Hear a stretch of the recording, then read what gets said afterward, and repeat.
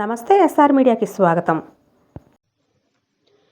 BCY party BC సింహ గర్జనలో చేసిన డిమాండ్లను ప్రభుత్వం దృష్టికి తీసుకువెళ్లి చర్యలు తీసుకోవాలని కోరుతూ గత 79 సంవత్సరాలుగా బీసీలు ఎదుర్కొంటున్న సామాజిక, ఆర్థిక, రాజకీయ వెనుకబాటుతనం గురించి మీకు తెలియనిది కాదు అంటూ ఈ చారిత్రక అన్యాయాన్ని సరిదిద్దాలనే లక్ష్యంతో మా బీసీవై పార్టీ బీసీ సింహ గర్జన ద్వారా బీసీల సర్వతోముఖాభివృద్ధికి అవసరమైన బీసీ రక్షణ చట్టం వెంటనే అమలు చేయాలని, అమరావతి రాజధాని ప్రాంతంలో బీసీలకు 1000 ఎకరాలు కేటాయించాలని, రాష్ట్రంలో సమగ్ర కులగణన చేపట్టాలి అని, విద్య, ఉద్యోగ, స్థానిక సంస్థల ఎన్నికల్లో బీసీలకు 44% రిజర్వేషన్లు కల్పించాలని, బీసీ కార్పొరేషన్ వెంటనే నిధులు విడుదల చేయాలి అనే 5 కీలక డిమాండ్లను వీరు ప్రకటించారు.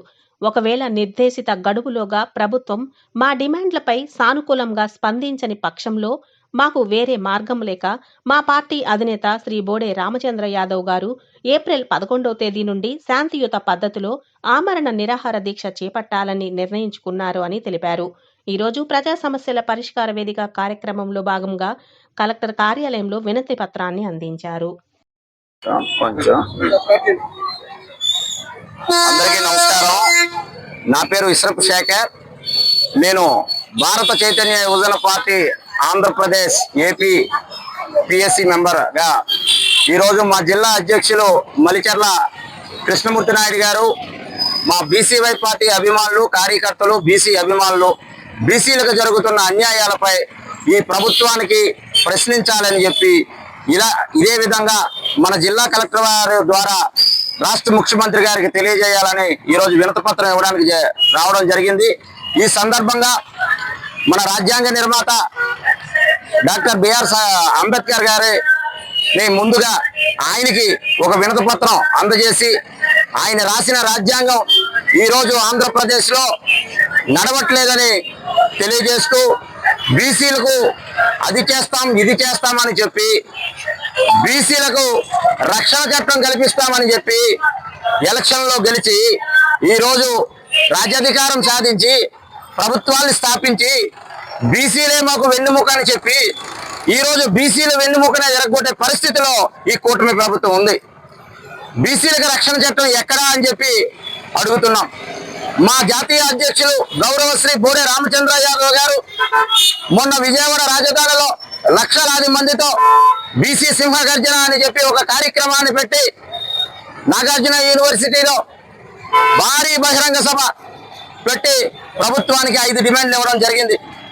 అందులో బీసీ రక్షణ చట్టం ఒకటి, బీసీలకు కులగణనం చేయాలి, అలాగే రాజధానిలో బీసీల వాటా 1000 ఎకరాల భూమిని కేటాయించాలి అని చెప్పి, అలాగే బీసీలకు ఉద్యోగం, విద్య కాకుండా చట్టసభల్లో కూడా రేపు జరగబోయే స్థానిక సంస్థ ఎన్నికల్లో కూడా 44% రిజర్వేషన్లు కల్పించాలని చెప్పి ఆయన తెలియజేయడం జరిగింది. బీసీ కార్పొరేషన్లు పెట్టారు. ఏ కార్పొరేషన్ కూడా ఈ రోజుకి రూపాయి నిధులు ఇవ్వడం లేదు. బీసీ కార్పొరేషన్ నిధుల్ని వెంటనే మంజూరు చేయాలని కూడా తెలియజేయడం జరిగింది. ఇది జరగని పక్షంలో ఈ నెల 31వ తేదీ వరకు ఆయన ఇచ్చిన సమయం, ఈ 31 తర్వాత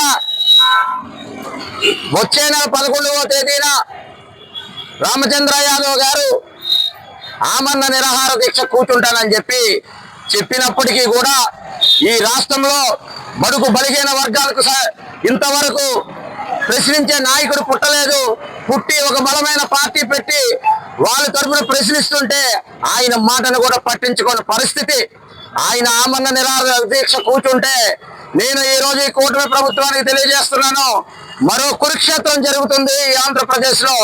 అంతవరకు తీసుకెళ్లకుండా గౌరవ ముఖ్యమంత్రి గారు వెంటనే మేలుకొని బీసీలకు జరగవలసిన న్యాయాన్ని వెంటనే చేయాలని డిమాండ్ చేస్తున్నాం.